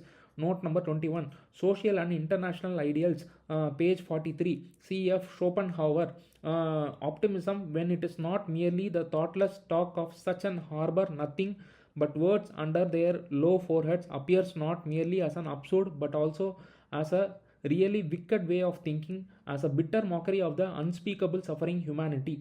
End of note. Indian thinkers are pessimistic insofar as they look upon the world as an evil and a lie. They are optimistic since they feel that there is a way out of it into the realm of truth, which is also goodness. Indian philosophy, it is said, is nothing but if not dogmatic, and true philosophy cannot subsist with the acceptance of dogma. The course of our study of Indian thought will be an answer to this charge. Many of the systems of India philosophy discuss the problem of knowledge, its origin and validity as a preliminary to a study of other problems. It is true that the Veda or the Shruti is generally considered to be an authoritative source of knowledge, but a philosophy becomes dogmatic only if the assertions of the Veda are looked upon as the superior to the evidence of the senses and the conclusions of reason. The Vedic statements are apta vachana, or sayings of the wise, which we are called upon to accept if we feel convinced that those who wise had better means than we have of forming a judgment on the matter in question. Generally, these Vedic truths refer to the experiences of the seers which any rational rendering of reality must take into account. These intuitional experiences are within the possibility of all men if only they will to have them. Note number 22. See SBVS chapter 3 to 24. SBVS is Samkara's Bhashya on the Vedanta Sutras. The appeal to the Vedas, end of note. The appeal to the Vedas does not involve any reference to an extra philosophical standard. What is dogma to the ordinary man is experience to the pure in heart. It is true that when we reach the stage of the later commentaries, we have a state of philosophical orthodoxy, when speculation becomes an academic defense of accepted dogmas. The earlier systems also call themselves exegetical and profess to be commentaries on the old text, but they never tended to become scholastic since the Upanishads to which they looked for inspiration were many sided. Note number 23. Visvatomukha. End of note. After the 8th century, philosophical controversy became traditional and scholastic in character, and we miss the freedom of the earlier era. The founders of the schools are canonized, and so questioning their opinions is little short of sacrilege and impiety. The fundamental propositions are settled once for all, and the function of the teacher is only to transmit the beliefs of the school with such changes as his brain can command and the times require. We have fresh arguments for foregone conclusions, new expedients to meet new difficulties, and a re establishment of the old with a little change of front or twist of dialectic. There is less of meditation on the deep problems of life and more of discussion on the of the artificial ones. The treasure that is the tradition clogs us with its own burdensome wealth, and philosophy ceases to move and sometimes finds it hard to breathe at all. The charge of unprofitableness urged in general against the whole of Indian philosophy may have some point when applied to the wordy disquisitions of the commentators who are not the inspired apostles of life and beauty which the older generation of philosophers were, but professional dialecticians conscious of their mission to mankind. Yet, even under the inevitable crust of age, the soul remains young and now and then breaks through and sprouts into something green and tender. There arise men like Samkara, Madhava, who call themselves commentators and yet perceive the spiritual principle which directs the movements of the world. It is often urged against Indian philosophy that it is non ethical in character. There is practically no ethical philosophy within the frontiers of Hindu thinking. Note number 24. Farquhar, Hibbert Journal, October 1921, page 24. The charge, however, cannot be sustained. Attempts to fill the whole of life with the power of spirit are common. Next to the category of reality, that of dharma is the most important concept in Indian thought. So far as the actual ethical content is concerned, Buddhism, Jainism, and Hinduism are not inferior to others. Ethical perfection is the first step towards divine knowledge. Philosophy in India, it is said, remains stationary and represents an endless process of threshing old straw. The unchanging East connotes that in India, time has ceased to fly and remained motionless forever.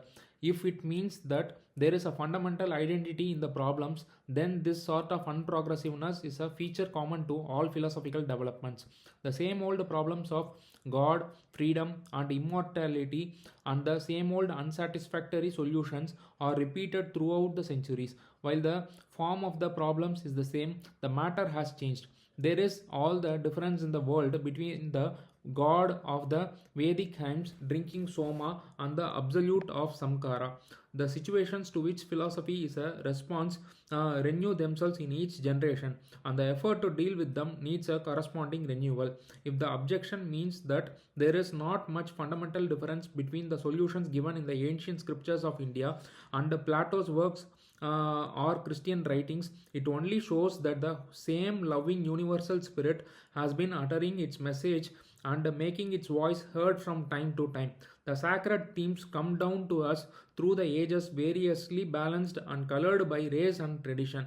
If it means that there is a certain reverence for the past which impels the Indian thinkers to pour new wine into old bottles, we have already said that This is a characteristic of the Indian mind.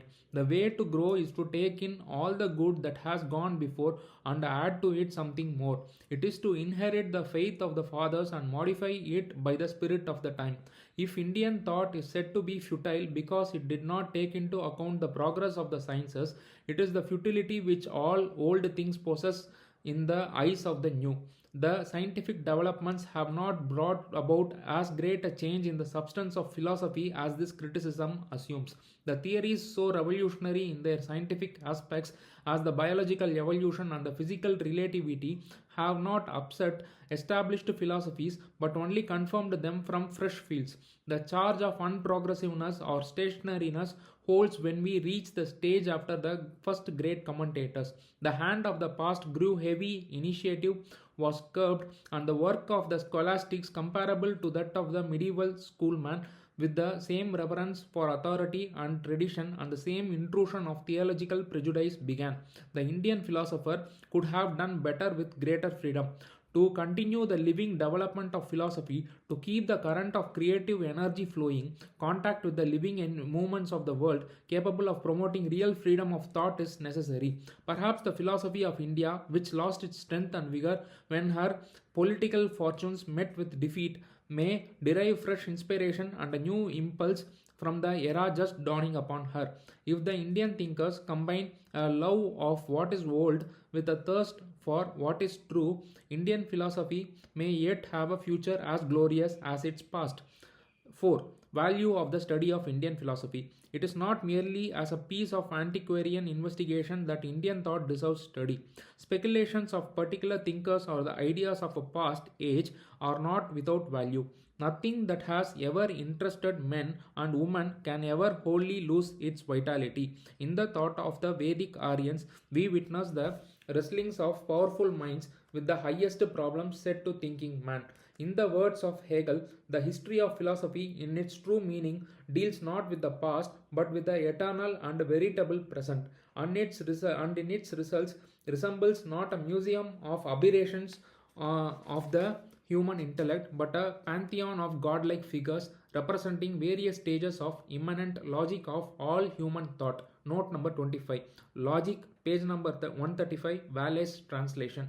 The history of Indian thought is not what it seems at first sight, a mere succession of ghostly ideas which follow one another in rapid succession.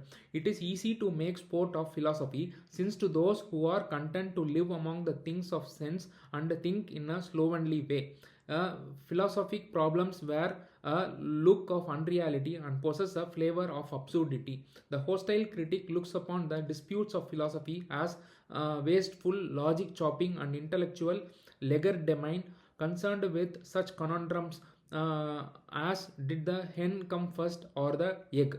Note number 26. After all, this question is not so trite or innocent as it appears to be. See Samuel Butler's Luck or Cunning.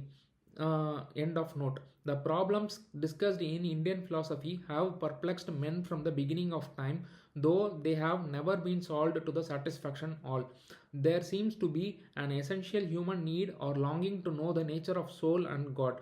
Every thinking man, when he reflects on the fact that he is swept without pause along the great curve of birth to death, the rising flood of life, the ceaseless stream of becoming, which presses ever onward and upward, cannot but ask what is the purpose of it all, as a whole, apart from the little distracting incidents of the way. Philosophy is no racial idiosyncrasy of India, but a human interest. If we lay aside professional philosophy, which may well be a futile business, we have in India one of the best logical developments of thought. The labors of the Indian thinkers are so valuable to the advancement of human knowledge that we judge their work to be worthy of study, even if we find manifest errors in it. If the sophisms which ruined the philosophies of the past are any reason for neglecting them, then not only the study of Indian philosophy but of all philosophy should be given up. After all, the residuum of permanent truth, which may be acknowledged as the effective contribution to human thought, even with regard to the most illustrious thinkers of the West like Plato and Aristotle, is not very great. It is easy to smile at the exquisite rhapsodies of Plato, or the dull dogmatism of Descartes, or the arid empiricism of Hume, or the bewildering paradoxes of Hegel, and yet withal there is no doubt that we profit by the study of their works. Even so, though only a few of the vital truths of Indian thinkers have molded the history of the human mind, yet there are general synthesis, systematic conceptions put forward by a Badrayana or a Samkhara, which will remain landmarks of human thought and monuments of human genius. Note number 27. Many scholars of the West, note number 27 is, many scholars of the West recognize the value of Indian philosophy. On the other hand, when we read with attention the poetical and philosophical movements of the East, above all those of India, which are beginning to spread in Europe, we discover there are so many truths, and truths so profound, which makes such a contrast with the meanness of the results at which the European genius has sometimes stopped, that we are constrained to bend the knee before that of the East, and to see in this cradle of the human race the native land of the highest philosophy. Victor Cousin. If I were to ask myself from what literature we here in Europe, we who have been nurtured almost exclusively on the thoughts of Greeks and Romans and of one Semitic race, the Jewish, may draw that corrective which is most wanted in order to make our inner life more perfect, more comprehensive, more universal, in fact, more truly human, a life not for this life only, but a transfigured and eternal life again, I should point to India. Max Muller. Among nations possessing indigenous philosophy and metaphysics, together with an innate relish for these pursuits, such as at present characterizes Germany and in olden times was the proud distinction of Greece, Hindustan holds the first rank in point of time. Ibid. End of note. To the Indian student, study of Indian philosophy alone can give a right perspective about the past of India. At the present day, the average Hindu looks upon his past systems, Buddhism, Advaitism, Dvaitism, as all equally worthy and acceptable to reason. The authors of the systems are worshipped as divine. A study of Indian philosophy will conduce to this, to the clearing up of the situation, the adopting of a more balanced outlook, and the freeing of the mind from the oppressing sense of the perfection of everything that is ancient. This freedom from bondage to authority is an ideal worth striving at. For when the enslaved intellect is freed, original thinking and creative effort might again be possible. It may be melancholy satisfaction to the present day Indian to know some details of his country's early history. Old men console themselves with the stories of their youth, and the way to forget the bad present is to read about the good past. Number 5. Periods of Indian thought. It is necessary to give some justification for the title Indian philosophy when we are discussing the philosophy of the Hindus as distinct from that of the other communities which have also their place in India. The most obvious reason is that of common usage. India even today is mainly Hindu, and we are concerned here with the history of Indian thought up till AD 1000 or a little after, when the fortunes of the Hindus became more and more linked with those of the non-Hindus. To the continuous development of Indian thought, different peoples at different ages have brought their gifts, yet the force of the Indian spirit had its own shaping influence on them. It is not possible for us to be sure of the exact chronological development, though we shall try to view Indian thought from the historical point of view. The doctrines of particular schools are relative to their environment and have to be viewed together. Otherwise, they will cease to have any living interest for us and become dead traditions. Each system of philosophy is an answer to a positive question which its age has put to itself, and when viewed from its own angle of vision, will be seen to contain some truth. The philosophies are not sets of propositions, conclusive or mistaken, but the expression and evolution of a mind with which and in which we must live if we wish to know how the systems shaped themselves. We must recognize the solidarity of philosophy with history of intellectual life with the social conditions. Note number 28. Note number 28 says, in the image of Walter Peter as the strangely twisted pine tree, which would be a freak of nature on an English lawn, is seen if we replace it in thought amid the contending forces of the alpine torrent that actually shaped its growth to have been the creature of necessity, of the logic of certain facts. Even so, the most fantastic beliefs will assume their natural propriety when they are duly correlated with the conditions around them of which they are in truth a part. Plato and Platonism, page 10. End of note. The historical method requires us not to take sides in the controversy of schools, but follow the development with strict indifference. While we are keenly alive to the immense importance of historical perspective, we regret that on account of the almost entire neglect of the chronological sequences of the writings, it is not possible for us to determine exactly the relative dates of the systems. So unhistorical, or perhaps so ultra philosophical, was the nature of the ancient Indian that we know more about the philosophies than about the philosophers. From the time of the birth of Buddha, Indian chronology is on a better foundation. The rise of Buddhism was contemporaneous with the extension of the Persian power of the to the Indus under the dynasty of Achaemenid in Persia. It is said to be the source of the earliest knowledge of India in the West obtained by Hecataeus and Herodotus. The following are the broad divisions of Indian philosophy. The Vedic period 1500 BC to 600 BC covers the age of settlement of the Aryans and the gradual expansion and spread of the Aryan culture and civilization. It was the time which witnessed the rise of the forest universities, which were evolved the beginnings of the sublime idealism of India.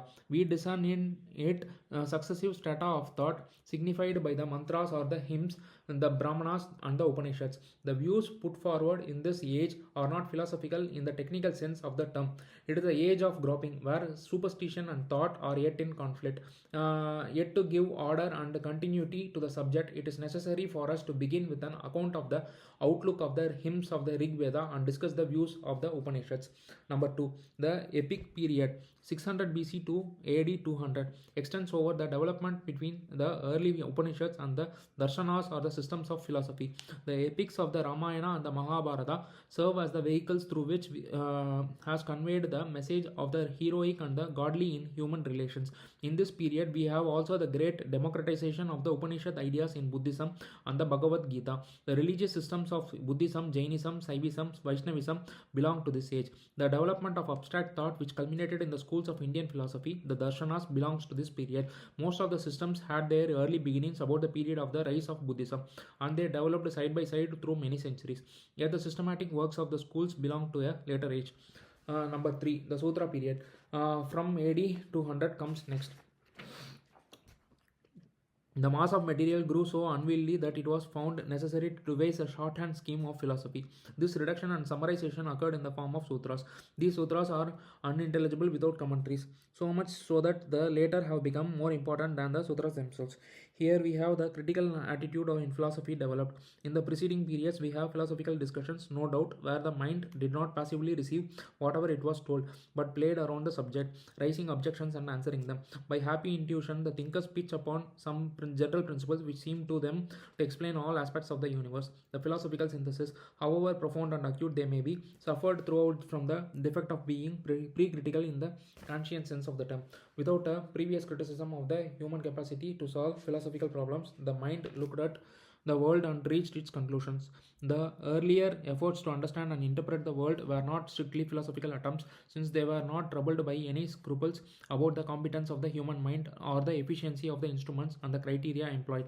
As Cade puts it, the mind was too busy with the object to attend to itself. Number 29. Critical Philosophy of Kant, Volume 1, page 2. So end of note.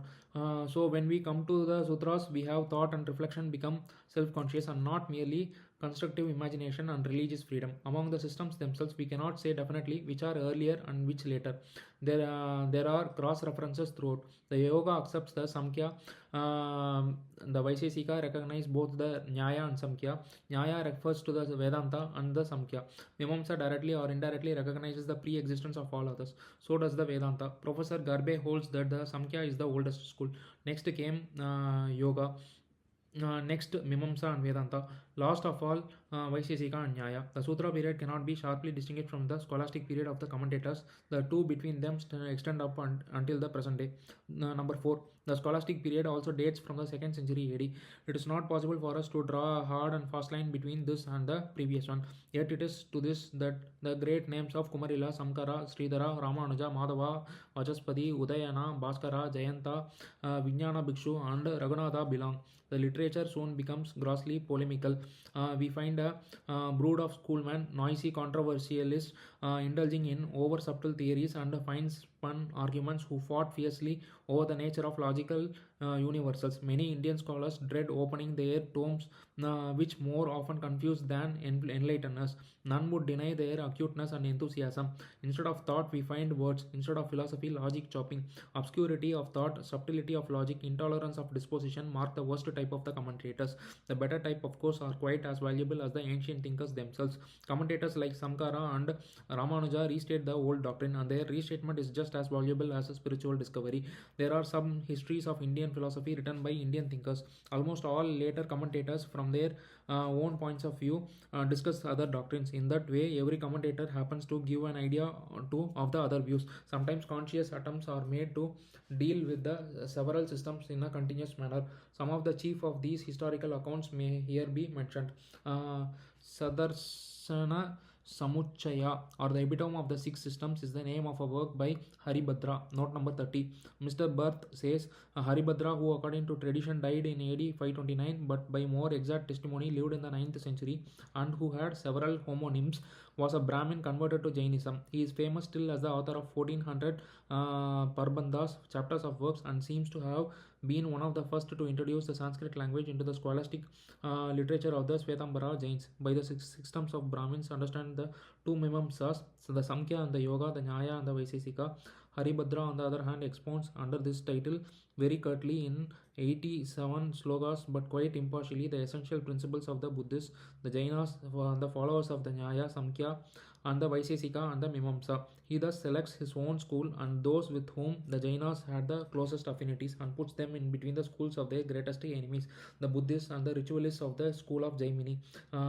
These last he couples with the Lokayatikas, the atheistic materialists, not simply from sectarian fanaticism and on his own judgment, but following an opinion that was then prevalent even among Brahmins. Indian Antiquary, page 66, 1895. End of note. Samantabhadra, a Digambara Jain of the 6th century, is said to have written a work called Aptamimamsa, containing a review of the various philosophical schools. Note number 31. Vidya Bhushan, Medieval Systems of Indian Logic, page number 23. End of note. Madhyamika Buddhist by name of Bhava Viveka is reputed to be the author of a work called Tarkajwala, a criticism of the Mimamsa, Samkhya, Vaisesika, and Vedanta schools. A Digambara Jain by name of Vidyananda in his Asta Sahasri, another Digambara by name Merutunga in his work on Sadarsana Vichara, AD 1300, are said to have criticized the Hindu systems. The most popular account of Indian philosophy is the Sarva Darsana Samgraha by the well-known Vedantin Madhavacharya, who lived in the 14th century in South India. The Sarva Siddhanta Sara Samgraha assigned to Samkara, note number 32. The ascription seems to be incorrect. See Keith, Indian Logic, page 242, N3. End of note. And the